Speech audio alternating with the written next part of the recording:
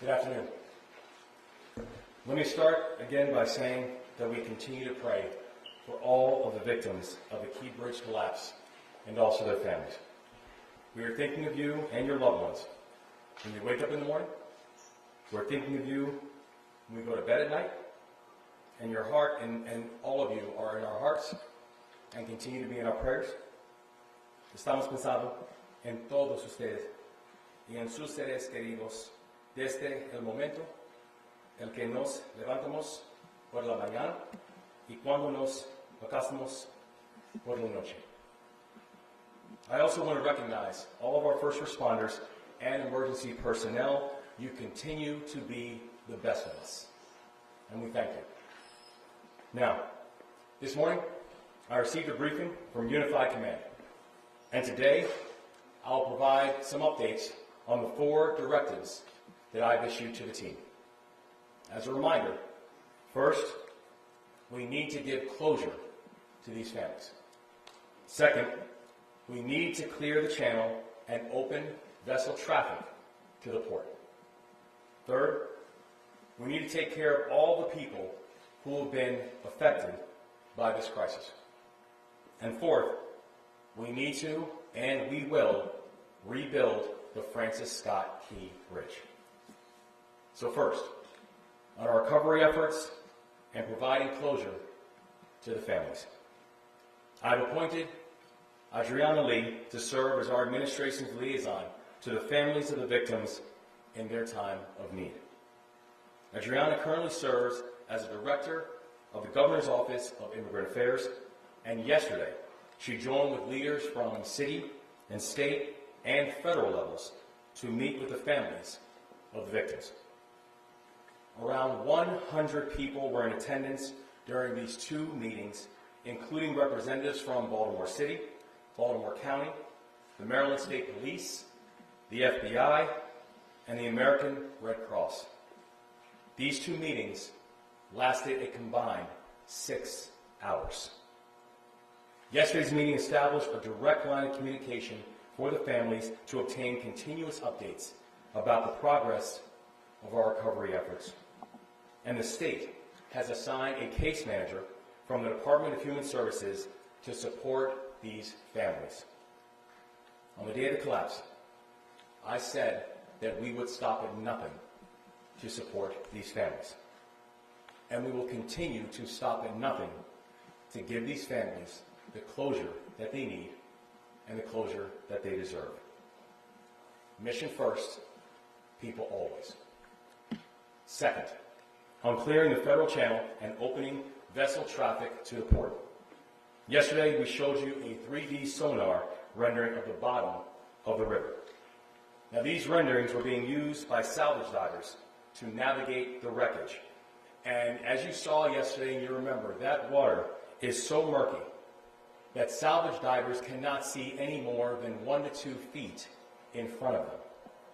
As you remember from yesterday, the collapse of the bridge is so distinct and so severe, with the metal that is so disconfigured and so brought together in pancakes, that it continues to make this mission extraordinarily complicated and dangerous for those who are conducting it. And so every single diver that goes into the water has been paired with an operator who uses a mix of 3D renderings and drawings and pictures to be able to guide their partner. That all of the rescue operations are essentially being done within buddy teams. And we have brand new video from Unified Command that shows you just what this process looks like. And you'll be able to hear both the salvage diver and also the operator in this video.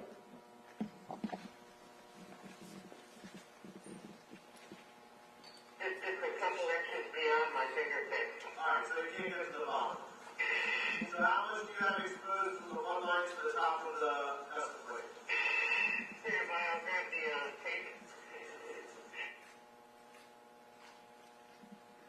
That's the view of our divers. So as you can see, and I think as Colonel Pinchason said really well yesterday, that view looks like being in the middle of a snowstorm with high beams on. That's the complication that our divers are navigating right now. And that's why we have to move with not just extreme caution, but also extreme safety.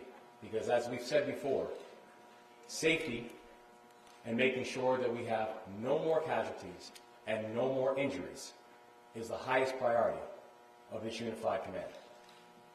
We also need to make sure that the port stays open, even if the channel is closed. Vessel traffic accounts for the vast majority of economic activity that takes place to and through the port. But to keep things moving, we've got to get creative, and we have. So over the last few days, a large vessel bound for the port of Baltimore was rerouted to the port of New York and New Jersey due to the collapse. But we wanted to make sure that those containers made their way to Baltimore. And so I've been informed that as of this morning, 75 containers from that rerouted vessel arrived at the Seagrit Marine Terminal at the Port of Baltimore, operated by Ports America Chesapeake. These containers will be transferred from rail to the port by members of the International Longshoremen's Association, or ILA. And I want to thank all of our friends at the port, including our partners at CSX, for their leadership in getting that shipment down to Baltimore. Because without their hard work, those 75 containers would likely have never made it to Baltimore. This work presents a model about how we can move in partnership to get commercial activity through the port even when the channel is closed. And I want to thank our friends over the Port of New York and New Jersey for working with us to make it happen. Now, I do want to be clear. This is just a permanent. So this is not a permanent solution. The 75 containers that we moved today represents less than 5% of the average number of containers that the port processes daily before the collapse. Less than 5%. So we still have a long road ahead of us to getting vessel traffic back up to full capacity. But we will get it back up to full capacity. It's critical for our workers. It's critical for our economy. It's critical for our state. And it's critical for our country. Mission first, people always. Third, on taking care of our people. Over the last 2 days, our new Maryland Business Resource Center have helped a combined 77 businesses. And tomorrow, we will open a new permanent business center in Baltimore County. The permanent site will be located at the Garden Annex Building at the Community College of Baltimore County and their Dunbelt campus. The address is 7200 Solars Point Road, Baltimore, Maryland, 21222. It will open to the public tomorrow morning at 8 a.m., and I encourage everyone to visit sba.gov for more information on hours and resources. We've stood up these centers at incredible speeds, and we could not have moved so fast without the partnership of our federal delegation, without the partnership of our local leaders, and the partnership of the Biden-Harris administration. And today, we are thankful to be joined by Isabel Guzman, who is the administrator of the Small Business Administration. And Administrator Guzman has been an absolutely extraordinary partner inside this work from the very beginning. And I want to say thank you for all of your leadership and support. Say thank you also to the entire Biden-Harris team. Thank you all for believing in Baltimore. And thank you all for standing with Maryland always. Now I want to provide a brief update on the state budget. We entered budget season being very clear that we needed to be fiscally responsible as a state. We needed to study the data. We needed to direct state resources towards proven programs that offer big returns. And we needed to prioritize spending in a way that invests in our state and grows our economy in the long term and doesn't choose one over the other. So yesterday, state legislators unveiled a bipartisan budget agreement that reflects each of these goals. This bipartisan budget agreement makes significant investments in public education, in childcare, in housing, historic investments in each of those areas. And this budget advances our commitment to making Maryland safer, making Maryland more affordable, making Maryland more competitive, and continuing to make Maryland the state that serves. And this budget achieves each of these goals without raising the personal income tax, without raising the corporate income tax, and without raising sales tax for the second year in a row. I'm proud of this agreement. I'm proud of this partnership. And I look forward to getting the final budget to my desk for signature. This is going to provide the kind of certainty in this moment that the people of our state need, that the people of our state deserve, and know that this state is going to be bold and also be fiscally responsible and not choose one or the other. And I want to thank Speaker Jones, President Ferguson, Chairman Barnes, Chairman Guzman, and Minority Leader Hershey for all of their work and cooperation in making this happen.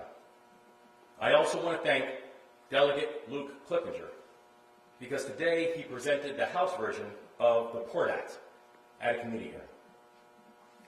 He has stepped up alongside other lawmakers from the districts that border the Port of Baltimore. And this is exactly what partnership looks like. This is exactly what Team Maryland looks like. Partnership produces progress. And when we move in partnership, we win. And I'm grateful to have such partners in this work. Mission first, people always.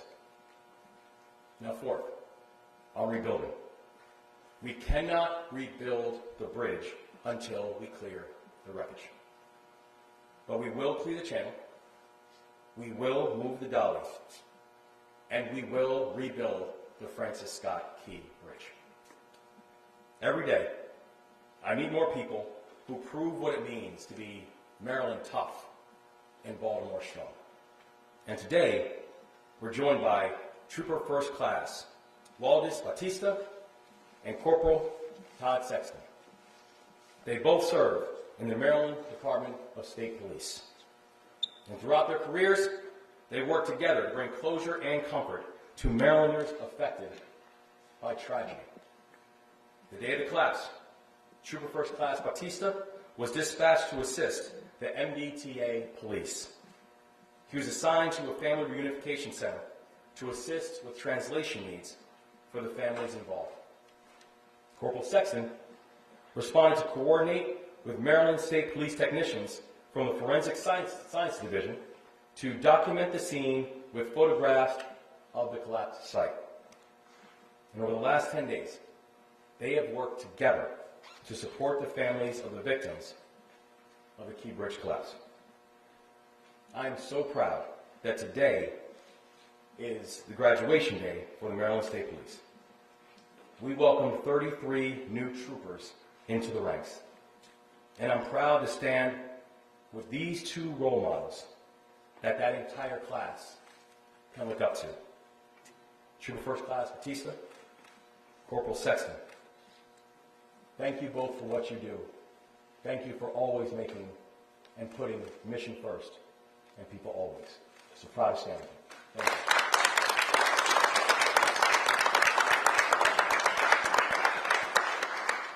So in a moment, I will turn it over to Admiral Gilreath speaking for Unified Command.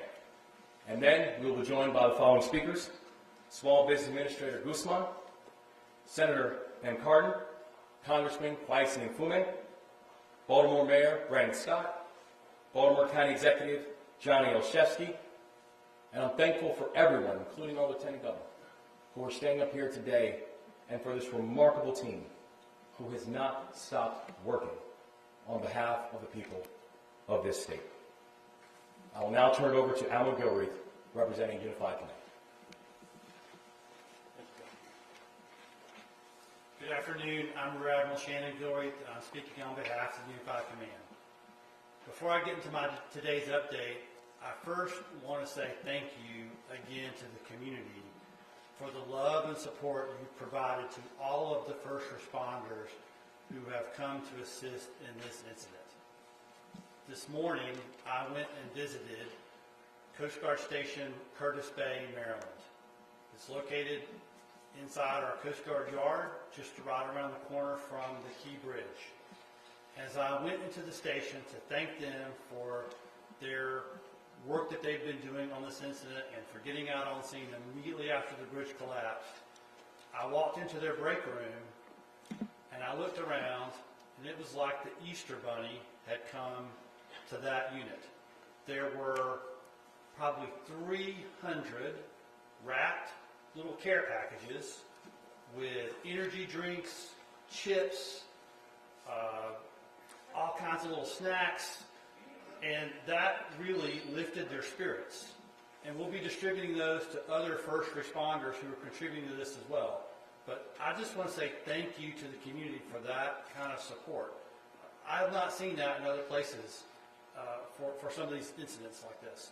And I really, truly appreciate, and all of our first responders, I'm speaking on behalf of all of them, the people who are standing up here on the local and state and federal side, thank you for the support that you have given us and the people who are working on this incident. So we cannot thank you enough for that support. It means the world to us as we continue to do the very best we can to reopen this facility, reopen the waterway as fast as we possibly can to do it safely. So for my updates, our number one priority remains reopening that shipping channel. So today we are continuing to dive and assess in that deep draft part of the shipping channel. On board the ship, as we work on our second priority to remove the ship, we are rigging containers to get ready to remove them from the bow of the ship and bring them over to Trade Point when we can do that. And then just north of the deep draft channel on our third priority, we are working to remove that large section that I talked about previously that we're waiting on for weather to lift. We're currently rigging that up right now, but we have not yet lifted it as I departed to come over here for the press conference. We're going to continue to work that.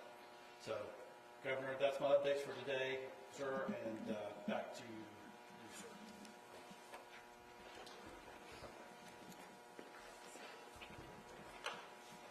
Thank you so much. Thank you so much, Governor, really truly for the partnership. The way that SBA was able to deploy quickly really was dependent on you and your team quickly collaborating with us, working with us to identify and move forward with the disaster declaration. So appreciate the leadership that you've given on behalf of Maryland and truly the entire region as this impact goes beyond just Baltimore and just Maryland. I also just want to thank the congressional delegation here as well, Senator Cardin and Congressman Mfume, both serve on the small business committees in their respective houses and are very familiar with SBA's programs and talked to me both early on just to make sure that SBA could be fully deployed to really help the community, help the small businesses in this recovery. And I want to thank, of course, the Unified Command, really delivering on President's commitment to move heaven and earth, to really try to focus on helping us not only reopen the port, but rebuild the bridge and move forward into the future with this recovery. We are continuing to focus in the early stages and grieving for the families who have lost loved ones, and I just want to share as well my sentiments for those family members who have lost loved ones with prayers and condolences. President Biden directed the team early on to dive into the federal resources available within every agency and make sure that we could deploy quickly and swiftly to help the community not only survive but thrive into the future. And SBA from day one was clear that we were going to be needed on the ground with our special disaster support that we provide to small businesses. We're pleased to work early on with Governor Moore being able to turn around a disaster declaration after request within 24 hours, and shortly thereafter open our first business recovery centers on Monday, opening 2 to start and with an intent to continue to expand to make sure that we're boots on the ground with a high-touch customer service that really helps the community access our incredible programs at the SBA. We were of course, focused on coming in swiftly because we know that small businesses that are the heart of communities and have really put their heart and souls into their businesses and building them and investing in them have been impacted by the collapse of the Francis Scott Key Bridge. We wanted to make sure that financial relief, financial support was available to them so that they could have time to strategically pivot, adapt, and survive during this time as the state and the federal government responds to this disaster. You know, the SBA deploys economic injury and physical disaster loans during disasters. In this case, economic injury disaster loans are being deployed with funds available up to $2 million to support businesses and nonprofits with low interest, long-term loans that are affordable, but also recognizing that this is a long-term recovery and that there is uncertainty for small businesses in terms of the timing of their ability to recover. So we have, under the Biden-Harris administration, moved to deploy 12 months of deferment on payments and interest, meaning interest does not accrue. Those payments are not due for 12 months, so that businesses can use this cash, this capital, to really maintain payroll, maintain their overhead, be able to continue to survive in the community and support the community as they do so well in this country, and keep their entrepreneurial dreams alive in the same time. So we're pleased to be deploying this economic injury disaster loan, not only for the state of Maryland, but with the governor's declaration, we were able to deploy in all contiguous counties in neighboring states of Pennsylvania, Delaware, West Virginia, as well as DC. And to date, over 500 applications have been finalized with the SBA. We're continuing to see, as the governor mentioned, within our business recovery centers, businesses seeking assistance, seeking help.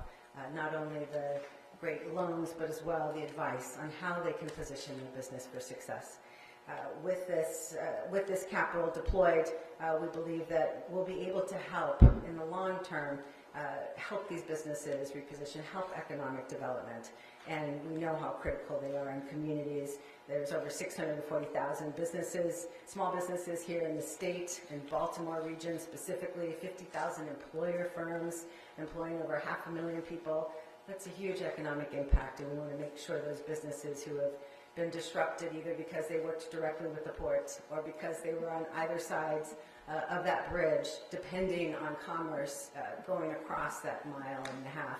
You know, those businesses are the ones we have in mind because there's a ripple effect that we want to make sure we address for the people of Maryland and the entire region. You know, I will continue to direct the SBA to really fully deploy all of our resources. You know, not just focusing on getting these disaster loans into the hands of the businesses that need it the most, but also to help them with revenue growth opportunities, leveraging our contracting dollars, our international trade advisors to help businesses bring economic development, bring more jobs into the state and beyond. So truly this is going to be a whole of government approach as President Biden has already requested, but beyond that really dependent on state and local partnerships. So I'm so glad that I was able to be joined earlier by both Mayor Scott as well as County Executive Johnny O to meet with small businesses here in the state and understand some of the challenges and opportunities that they see on the horizon so that we at the SBA can really meet them where they are, serve them in ongoing partnership with the state, county, local, and partners on the ground that are deployed by the SBA to truly lift up economic development. Thank you so much.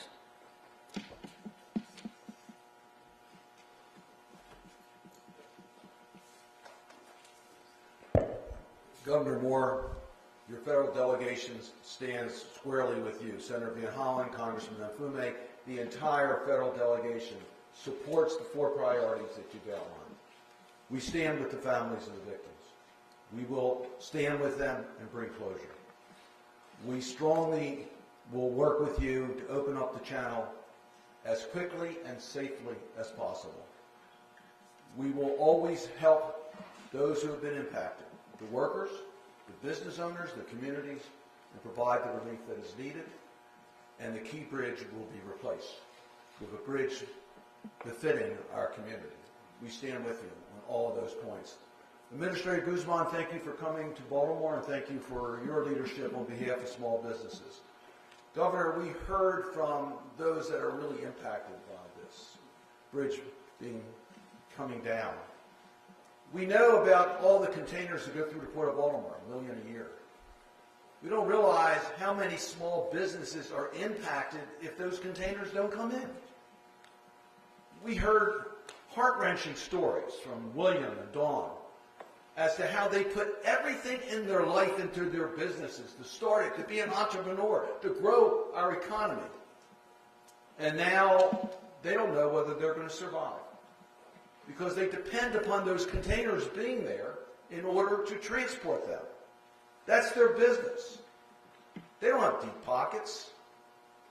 One works as an independent contractor. One has 1 or 2 employees. They need our help. So, Administrator Guzman, thank you for being there today.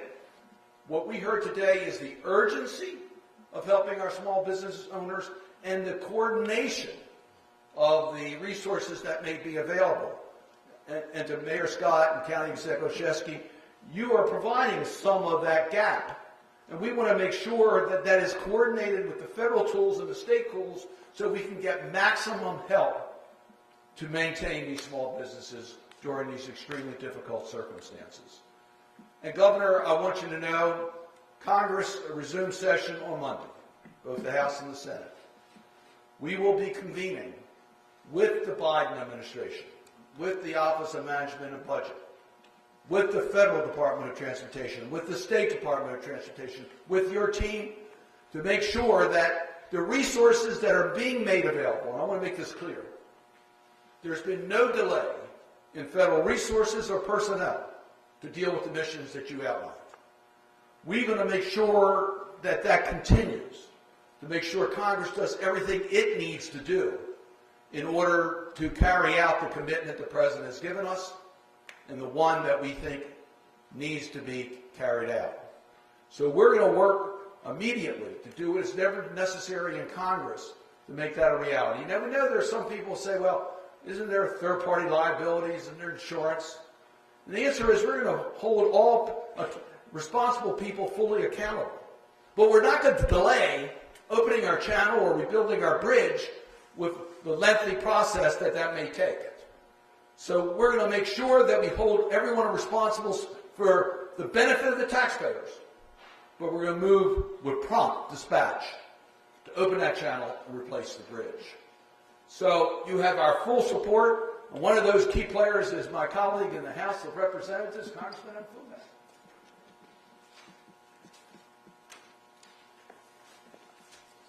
Thank you, Ben. Thank you, Governor. Ladies and gentlemen, good afternoon. Allow me just to again thank the Unified Command that has been operating at the direction of our governor and that has kept this process moving in a very clear and transparent and open way.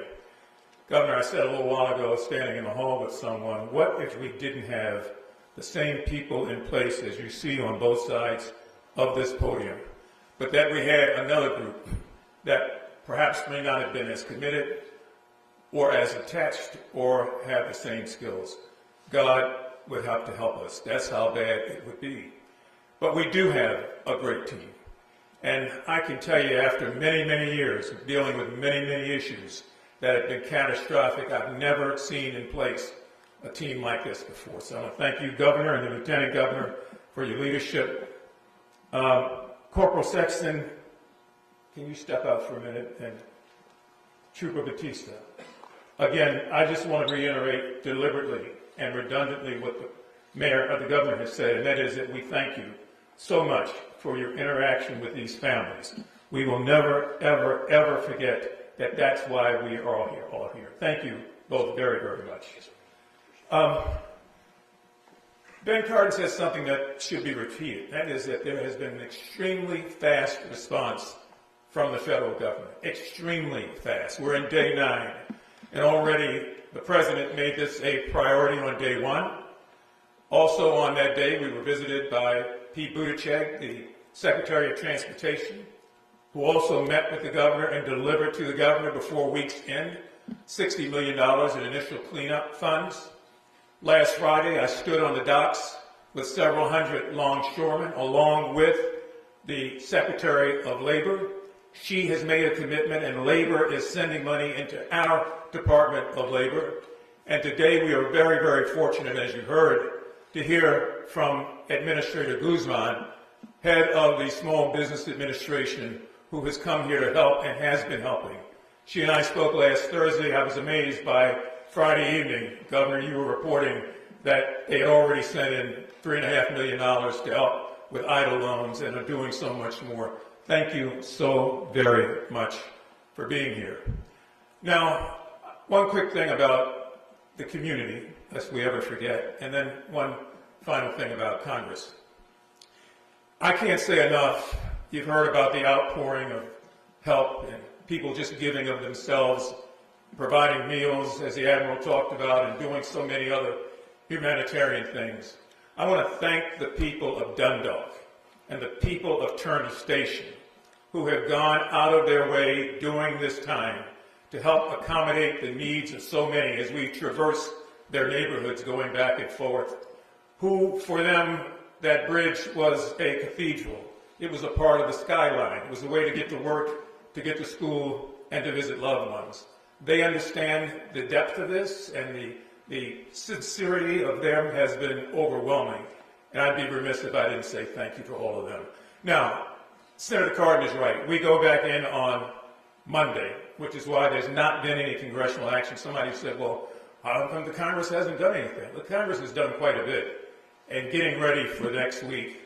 I mentioned to you a few days ago that I'd spoken directly with the Speaker of the House of Representatives, Speaker Johnson, who understood before I could even talk about the seriousness of this, the impact that it was going to have on the area, but most of all on the country, because of the disruption of supply chains and the disruption of all the things that go with taking goods and services and moving them around the country. We do not want to affect the economy, and he understood that, as did Tom Cole and Rosa DeLauro, the two ranking senior members on the Appropriation Committee, one Democrat and one Republican. And I've talked to a number of my colleagues on the House side, from Leader Hakeem Jeffries on down. We are ready to receive whatever the President brings and sends to the Congress. And as you know, he will be here tomorrow and talk specifically about what that will be. So when that comes, it will take place. I don't want to get too far off point, but Ben and I and Chris are working our butts off to make sure that this goes through the Congress the way that it should, and that the relief that the Congress of the United States will provide will be efficient and sufficient for this disaster. Thank you very much. Let me bring forward now someone who has just been a shining star throughout this disaster, and that is the mayor of the city of Baltimore, Mayor Brandon Scott.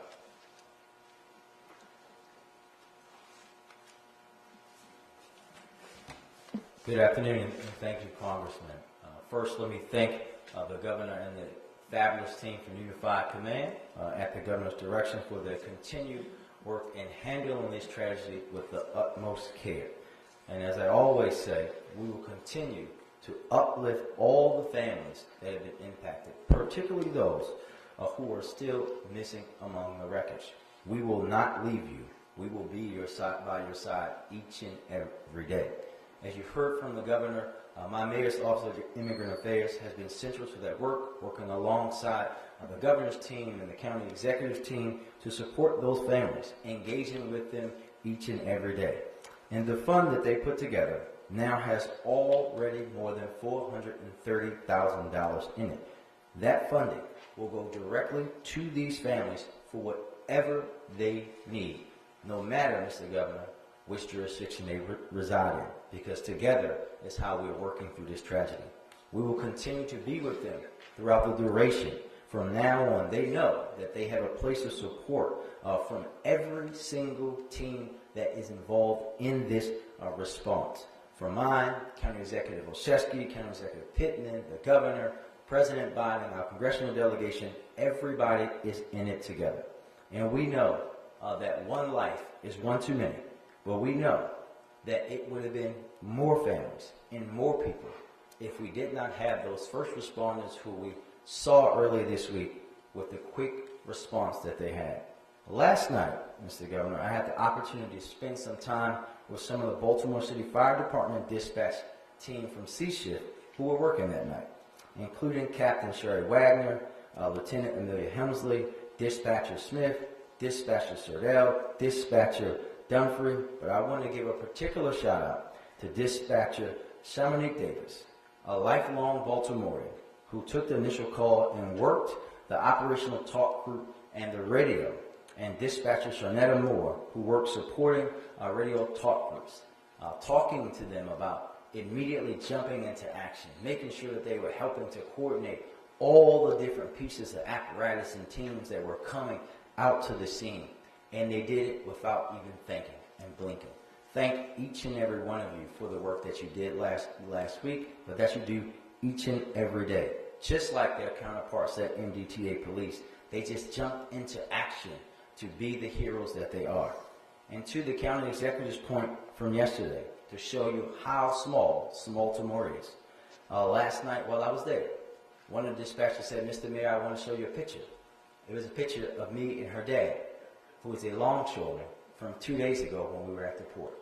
This impacts every single person in our community. I also want to thank you, Madam Administrator, and your team for not only coming today, but for also supporting all of our small businesses through this tragedy. Those stories that we heard today were heart-wrenching, but we know that we all will be here to support them, and that the full weight of the federal government will be on display here tomorrow and always through the leadership of President Biden. Thank you very much for everybody, and I'll turn it back over to Governor Moore. I'm sorry. I'll turn it over to my senator, County Executive Johnny Olszewski.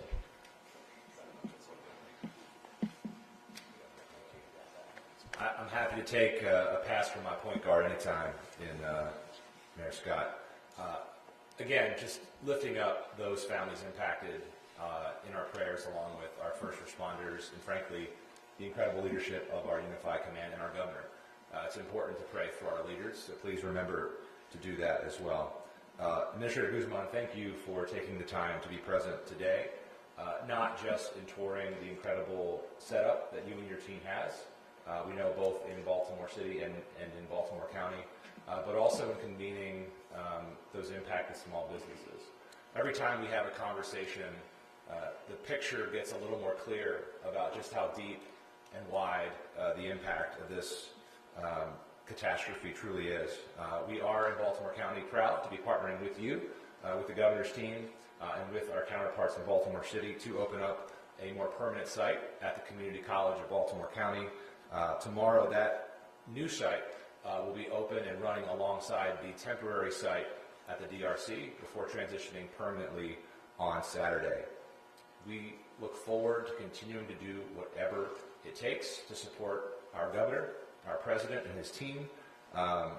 We also look forward to welcoming the president tomorrow. I'll just end by saying it's no surprise that President Biden is coming to join us in person.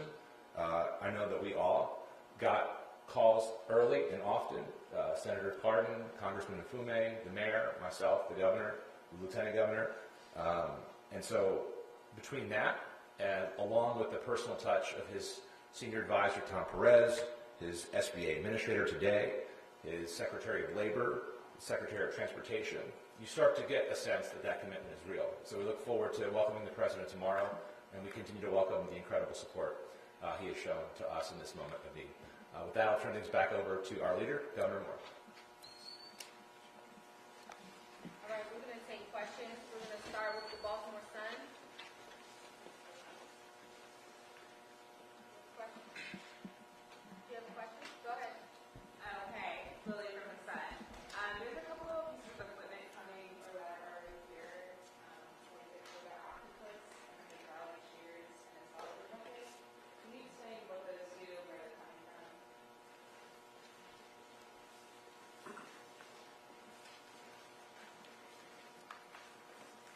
The Code Octopus is a 3D volumetric sonar that gives us those videos that we saw yesterday. It really allows us to see through the murky conditions that are under the water and helps provide some situational awareness to the diving supervisor who is directing the diver on the bottom.